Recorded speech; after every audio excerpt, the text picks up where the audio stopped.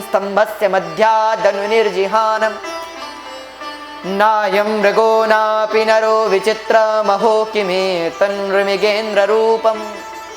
न मृगम न मानुषम, प्रकट हुए भगवान आधे सिंह और आधे मनुष्य। सैनिकों का अंत किया, सब भागे।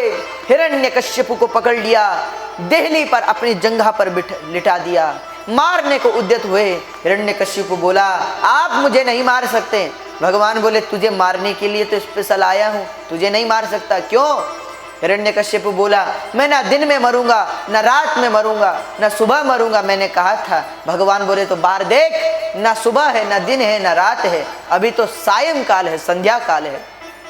हिरण्यकश्यप बोला, कोई बात नहीं, मैंने कहा है ना मैं ऊपर मरूंगा ना नीचे मरूंगा। भगवान बोले, ना तू ऊपर है ना धरती पर है, तू मेरी जंघा पर है, बीच में है।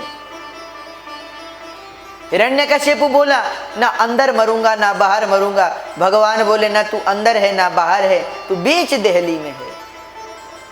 हिरण्यकश्यप ने कहा, ना मुझे मानव मार सकेगा, ना कोई पशु मार सकेगा, हाँ, ना देव ना दानव ना यक्ष ना किन्नर। भगवान बोले, मुझे देखकर तुझे क्या लगता है मैं मनुष्य हूं कि पशु? मैं ना मनुष्य हूं ना पशु हूं, मैं दोनों हूं। हिरण्यकश्यप बोला, चलो कोई बात नहीं, पर मारोगे कैसे?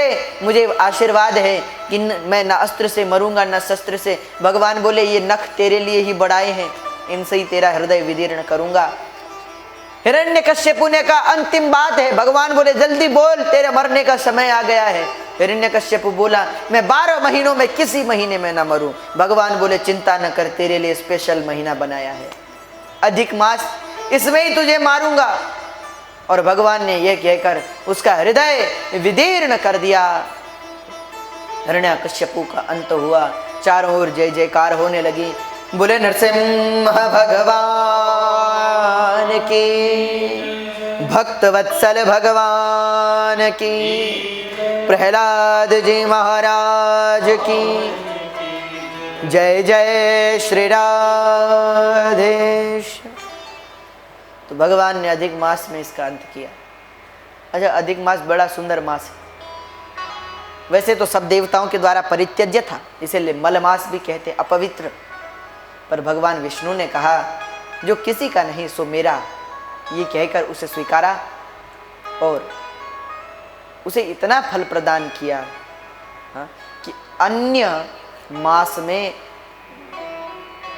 पुण्य कर्मों का जो फल प्राप्त होता है, अधिक मास में किए गए पुण्य का उससे 10 गुना ज्यादा फल प्राप्त होता है।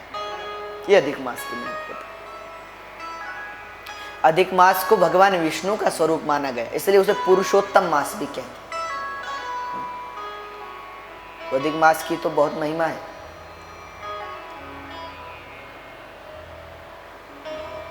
तो अंत किया हिरण्यकश्यप, नाश हुआ। प्रहलाद, सब देव देवता हाथ जोड़कर खड़े हैं। आज भगवान को इतना क्रोध आया, ब्रह्मा जी कांपने लगे, प्रभु और क्रोध किया, भ्रिकुटी तिरछी हुई तो प्रलय हो जाएगी। हमने बड़े मुश्किल से संसार बनाया, अब सब बिगाड़ देंगे। पर साहस किसी का नहीं जो रोके, किसी देव में बल नहीं। तब तो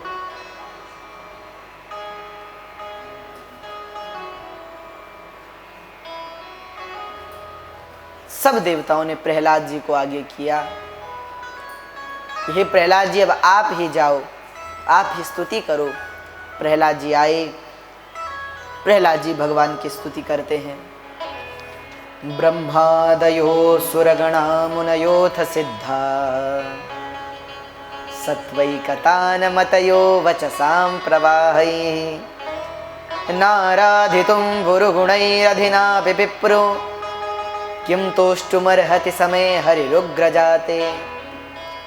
जिह्वैन भक्ति भगवद्गुणनामधेयं, चेतश्च न स्मरति तच्चरणारविन्दम्। घ्राणोऽन्यपश्च फलदृक्वच कर्मशक्तिर्बह्व्यः सपत्नी इव गेह पतिं लुनन्ति। प्रहलाद जी बोले, प्रभु ब्रह्मादयो सुरगणा मुनयोथ सिद्धा। जब आप ब्रह्मा जी देवताओं से प्रसन्न नहीं हुए, सुरगणों से प्रसन्न नहीं हुए, सिद्धों से प्रसन्न नहीं हुए, सत्वई कतान मतसाम प्रवाही, जब आप बड़े बड़े देवताओं से प्रसन्न नहीं हुए तो मुझसे कैसे प्रसन्न होंगे? मैं एक असुर का पुत्र हूं, किमतोष्टुमर्हति समय हरिरुग्र जाते। हे प्रभु प्रसन्न होइए।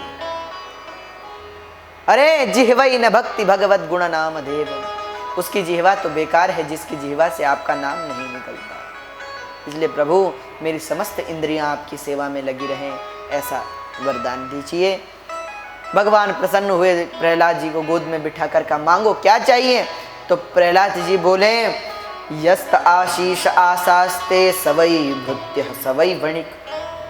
आप कहते हैं कुछ मांगो, पर अगर कुछ मांगा तो ये तो भक्ति का संबंध समाप्त हो जाएगा, क्योंकि वासना का विष जैसे ही भक्ति में आता है भक्ति नष्ट हो जाती। अब भोजन बहुत अच्छा बनाया और उसके पश्चात उसमें विष डाल दिया, तो जैसे भोजन सुगंधित है, सुंदर है, फिर भी त्याज्य हो जाता है, कोई उसे पाएगा नहीं, वैसे ही भक्ति बहुत है पर उसमें वासनाएं हैं, कामनाएं हैं, तो भक्ति का नाश हो जाता है। इसलिए कामानां वृद्ध संरोधम भवतस्तु वृणे वरम, यदि राशि समय कामान वरास्त्वं वरदर्शभ। देना ही चाहते हो तो ये वरदान दो कि कभी आपसे कुछ न मांगू, ये आशीर्वाद दीजिए। इस प्रकार दिव्य प्रहलाद चरित्र की कथाई भगवान प्रहलाद जी को राज्य देते हैं। प्रहलाद जी धर्म पूर्ण राज्य करते हैं और भगवान विदा हुए। इस प्रकार सप्तम स्कंद की कथाई। आइए भागवत के अष्टम स्कंद में प्रवेश करें।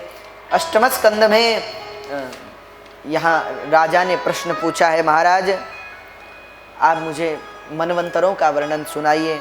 तब इसी कथा में भगवान की भक्त वत्सलता का वर्णन करते हुए बादरायण कहते हैं कि बादरायणे तत्ते श्रोतुमिच्छामहे वयं हरिर्यथा गजपतिं ग्राहतमस्तमूचतः ग्राहस्तमूचतः। भगवान ने गजेंद्र की रक्षा की, ग्राह का अंत किया। तो ये बोले कैसे महाराज, हमें भी कथा सुनाइए।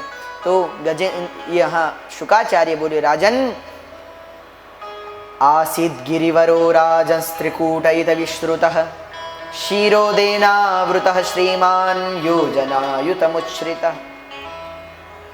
अरे एक बार की कथा है कि आसीत् गिरिवरो राजस त्रिकूट इति विश्रुतः। त्रिकूट नाम का एक पर्वत था, बड़ा सुंदर पर्वत। उसके 3 शिखर सत्व रज और तम, एक सोने का है, एक चांदी का है, एक लोहे का है। अच्छा, तो बोले ये शिखर क्या है? बोले सत्व रज और तम त्रिगुण संपन्न वह पर्वत है, नाम त्रिकूट। उसमें गजेंद्र रूपी जीव वास करता है और वह वासनाओं के विष को पीने के लिए, उससे तो लग रहा है कि ये अमृत है, पर वो अमृत नहीं, वासनाएं हैं, विष है। उन्हें पीने की इच्छा से वह संसार रूपी जल में उतरा है। यहाँ आकर जलपान करता है, वहाँ तक तो ठीक है, पर उसमें इतना अंधा हो गया कि अब उसमें स्नान कर रहा है, क्रीड़ा कर रहा है। ग्राह ने, मृत्यु रूपी ग्राह ने आज गजेंद्र का चरण पकड़ लिया और गजेंद्र ने अपने परिवार से कहा मेरी रक्षा करो। परिवार रक्षा करने लगा।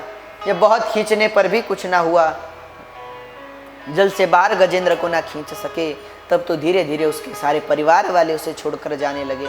और होता ही ऐसा है, व्यक्ति जब तक सुख में है सब उसके साथ, और जब दुख, सुख के सब साथी दुख में न कोई, दुख में सब भूल जाते हैं।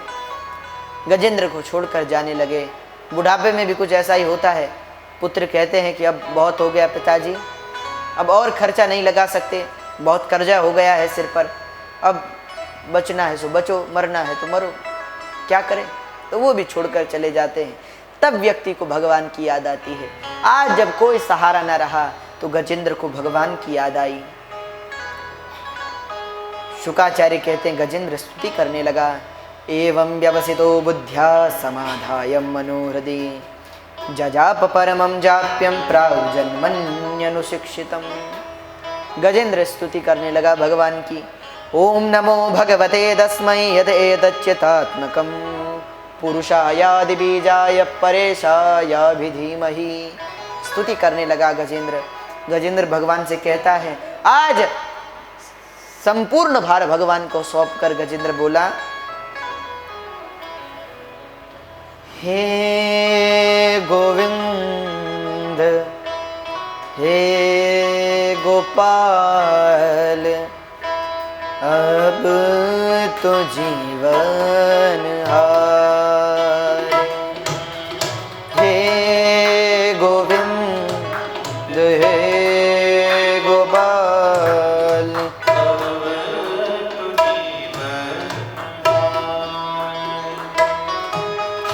हे गोविंद, हे गोपाल, अब तो जीवन हारे।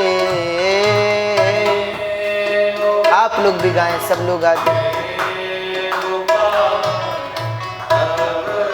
सब गा रहे हैं, गजेंद्र भगवान को बुला रहे हैं। हे गोविंद, हे गोपाल, अब तो जीवन हारे।